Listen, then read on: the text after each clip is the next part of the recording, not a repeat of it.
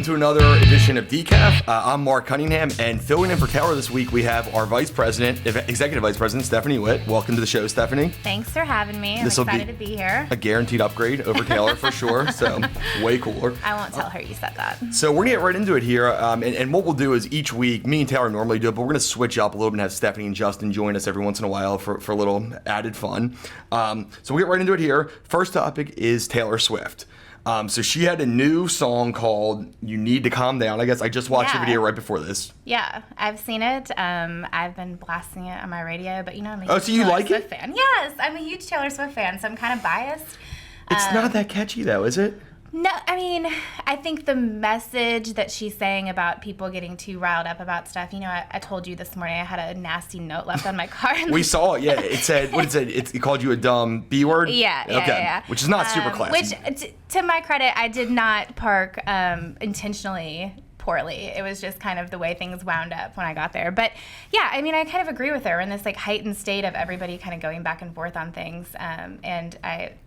calm down. So her video basically was it was more or less, it was subtweeting President Trump a little bit, I think, with the tweeting. Yeah. But the one thing that's weird is so she did this whole, it's a whole I guess it's fighting against homophobia and things like that, but she's 7 years too late for that, is she not? I feel like that would have been cool to do in 2005 or something before, but it's so acceptable now. Who is she fighting against? There's three people who are... Yeah, I think her message ended up having to be more about the Equality Act that's in front of Congress right now. At the end of the video, she kind of gives a plug for it. But yeah, you're right. This is not something that is out of the mainstream for people. Yeah, she's not brave to come and do that. She thinks she's being some kind of oh, look how brave I am. Everyone feels this way now. And that specific act is fine. People will be on both sides of this, but... Yes, gay people, I think in some ways are still treated by some people as less than, but for the most part, America's accepted this. You're not on the cutting edge of anything. Yeah, but again, you need to calm down, Mark. I always need to calm down. But I think it's a decent message, and it's something that I just like the song. It's just catchy. It's not. I listen catchy. to it. I don't think. Okay, let me argue this. Taylor Swift's not done anything good since the Tim McGraw suit. I feel like her stuff has gotten so much worse. No. It's all garbage now. It's pop. Is it even pop? It's a lot of her just talking now. It is, but I think...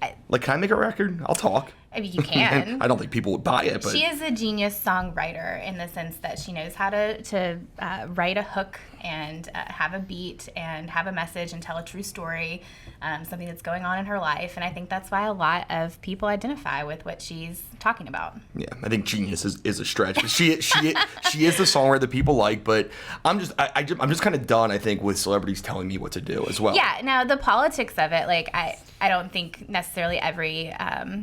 celebrity needs to comment on politics and what's going on and what bills people should vote for. But, it's her prerogative if she wants to. That's her business. What do you think about her? So one of the things is she got involved in the last Senate race, and she said she's going to be more involved in politics. Is that something you like from your celebrities? I'm not as big. Oh, no. We have to talk about this. We'll talk about this another time. Okay. So the second thing is let's talk about the Democrats, which is always a fun topic. So they have 20 candidates for president, which is a lot. Yeah, I think somebody announces every other day. I can't even keep up with it. I know, it's impossible. People who are might be famous otherwise are well, you're the 80th person to do it and nobody cares. So the way they're doing this is I think they have 20 top tier candidates who have met their criteria of fundraising and I guess individual contributors. So they're going to do a debate with 10 people on day one and 10 people on day two. They drew straws for the debate, so it's not do you remember the Republican debates when they had all those people on stage? So they did that based on polling. So the most popular people debated, and then they had a weird I don't know. You had to reach a certain threshold before you got to go on stage. Yeah, and then John Kasich just debated a bunch of Rick Santorum and stuff like that, which I'm sure everyone loved that. It was great for everyone. But the Democrats did it randomly. So basically what they have is they have Elizabeth Warren on stage with a bunch of nobodies. I guess she got lucky because Bernie, Joe Biden, I guess Kamala Harris, Mayor Pete, I think they're all... on the second one. And it's just Elizabeth Warren, Andrew Yang, and a bunch of other people. I question that. Sounds like it was done for ratings. I don't know. If I was a TV producer, I would want everybody that I could on the same stage that was popular. I think the TV producers do, but the Democrats said, we want to make it fair. But it's I know. Yeah, if Elizabeth Warren's your headliner, I'm not sure many people are watching that, to be honest, if she's the main one. Probably not. So my question is, what do you think? I'm excited to watch the debates as just to kind of see how crazy some of these people are, but how do you view this as going? I mean, do you think that they're going to try to out-left each other? Do you think there's going to be, like, I mean, how do you expect this to go? You know, how it's going to go and how I would do it would be different, but I think that a lot of them are going to run to the center a little bit, and then some are going to run way to the left to differentiate themselves from the people who are more centric focused, like a Biden, for example. And so you're going to see these polar opposites, I think. You're going to see people that run towards the way far left, and then people that sort of run to the middle because they want to seem a little bit more reasonable. And isn't it funny that Joe Biden's a centrist now compared to today's Democratic Party? Like, if you go 8 years ago, 4 years ago, you're like, and he's he's like the most centrist candidate other than maybe Andrew Yang, but it's like, how is he a centrist? They've gone way far extreme. And he is. And like, I mean, and he's the only, and tell me if you think this is right, because I mean, I think we both kind of see the good in Trump and some of the bad in him as well. Absolutely. I'm not sure anybody beats him except for maybe Biden, because like they are going, even the people who hate Trump, you're like, well, look, I don't like Trump, but if you're going to say, free college for all or Medicaid for all or what, like just everything for all. Yeah, I think the biggest point to remember is not to underestimate Trump.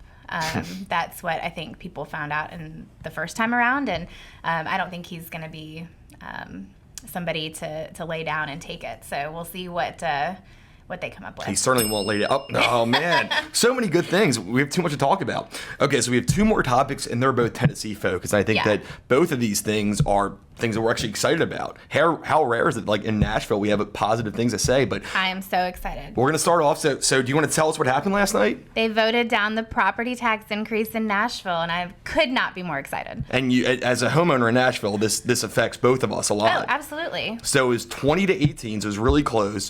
What do you think the reason was? Obviously, Nashville's a very liberal city. They don't know how to spend their money at all. I mean, horrible with it. But they did vote this down. Like, were you expecting this, or was this surprising to you? I was surprised that they voted it down, honestly, because I thought that because it was the Metro Council proposed it and not the mayor himself. He said he doesn't want a property tax increase right now, but maybe later. Well, he's running for re-election, so certainly not now. So I was surprised that it was voted down since it was a council initiative in and of itself. But I think people in Nashville are starting to realize their government is out of control. Their spending is out of control. They do not have a revenue problem. They have more money coming into the city than they've ever had before. How is it that we're bankrupt? I don't understand. I mean, it's astonishing. I mean, you almost have to try really hard to make it as bad of. I know it's like somebody was challenged. Like, okay, I bet you can't bankrupt Nashville. Like, watch me. Yeah, I'm gonna bankrupt Nashville in an economic boom. That is I mean, I think people are starting to get frustrated when they see these press releases now. It used to be, oh, great, we're getting this company coming, we're getting this other company coming, but now people are starting to pick up on, oh, that means we're not funding our schools because we're giving $100 million to one company, or we're spending taxpayer dollars on a soccer stadium instead of allowing the billionaire that owns that soccer stadium to fund it himself. And it's weird because like the NFL draft came down, we heard how great all the economic impact of that, which I'm sure it did, of course. Event. And we had CMA Fest, which is always busy. I like it a lot more than everyone else here, but I avoid it. Yeah, so does everyone else. But like the idea is that we're bringing in these things which should be raising a bunch of money. Like, after this, we're going to be bankrupt again next year. We're not going to be able to meet a budget. Where is this money going? That's my thing. I can't support a property tax increase when they have a spending problem and an addiction, and they need to fix that first, and before they even remotely talk about raising my taxes. And I saw like the Metro Arts Council is asking for more, or whatever it's called, is asking for more money for terrible art. Like apparently there's that weird, I guess, Native American sticks thing, which the roundabout. Yeah, the roundabout sticks thing was like $25 million. I'm surprised people on Instagram don't take pictures in front of that. Yeah, I know. God, yeah, biggest waste of money with this in the background. Yeah, at least the butterfly thing's cool. But like, I mean, I remember they changed like what? Like, oh, it's the Native American pride. Never mind, it was just cool sticks. We like the colors. Like, sticks. What? Like, how are we giving them money? We have I feel like the worst art in the country. I think we have to go back to the basics and start with what is the government here for? What services are we supposed to be funding? Like schools. Oh man. There you go. Yep, that's it. I was really fired up on that. So last one is the Volkswagen thing. So Volkswagen in Chattanooga had a vote whether or not to unionize. And I think surprising to you and maybe a little bit to me too is they voted to not unionize. Yeah. Tell me about that. I mean, like, obviously that was kind of a win for freedom for them, but I mean, what do you think about that? It is, and I think it just shows that more people are more in tune with what's going on economically than people give them credit for. I was really proud of those guys for standing up to the union and saying, no, we're not going to do this to the company that's hired us, that we're working for.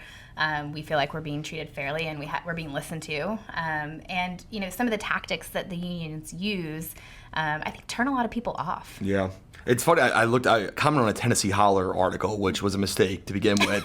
But it's amazing what those people say. They're like, oh, they're going to lose all their freedoms. Like, they've not been unionized the whole time. They're happy this. And everyone else thinks, like, oh, man, I feel bad for those workers. Like, why do you feel bad for them? They voted for themselves. It doesn't affect you at all. Mm-hmm. It's crazy how much people who have no say in it, it doesn't matter one bit to them, are like, oh, man, these people, we're smarter than them. They're dumb people. It's like, maybe they just didn't want a union. Maybe they wanted to keep more of their paycheck. Yeah, and I think that's the bottom line, is that people don't give them enough credit for being like, okay, we recognize that this is an option for us, but not something that we have to do, and not something where we need to be told how to interface with our employer. Absolutely. And a second thought, too, just kind of talking about that. The Tennessee Holler, have you read that? Is that the Twitter? No, well, that's like the liberal Tennessee Star. Oh, okay. One of the things, like, I've been super impressed with how they've gotten so many people on their Facebook and Twitter, and like so quickly. Yeah. And they're all active. I mean, I think I disagree about 95% of what they say. But I mean, you got to give them credit for doing that. Like, there is kind of now a left, I guess, alternative to the Tennessee Star. And those people get angry and mad. Like, I comment. They're like, oh man, they're like, oh, Beacon Center, ha, ha, ha, whatever. Yeah. But I do give them credit. They've done that. And, I mean, there's been a lot of the whole Volkswagen vote. They were all on top of, obviously not enough to change any votes. Right. But it is interesting to kind of have a left of center outlet now in the state who kind of covers it so we can, maybe they'll be with us on corporate welfare. I hope so. I hope so, because I think what they're starting to see, and I hope the left comes to the table on corporate welfare, because it's impacting the communities that they're trying to say need additional funding and resources. Schools, right? That's what we're talking about. Schools, your firemen, your policemen. All of these essential services that government usually provides, and instead our tax dollars are, like I said, are going to soccer stadiums and other things in Nashville. And Amazon. Well, we don't know how much they got because they kind of kept it secret. Yeah, but so if you read the Tennessee Holler, you should be with us on corporate welfare. We need your help, and criminal justice, right? We can work with them on that. Yes, we can work with them on those issues. But yeah, the Volkswagen vote was, I mean, good for us, and that is it. Oh no. So that's it, Stephanie. Thank you for being a part. Thank you so much. I know it's fun, right? Yeah, it's super. Well, I'm a huge podcast person. Okay, so I don't listen to podcasts, but whatever. We'll talk about that later. But let us know what you think. We're gonna leave a comment section here, so if you liked it or if you hated Stephanie, which I get to, whatever you feel, just let us know. Oh, come on. But thanks for joining us, and we look forward to me and Kel will be back next week. Thanks.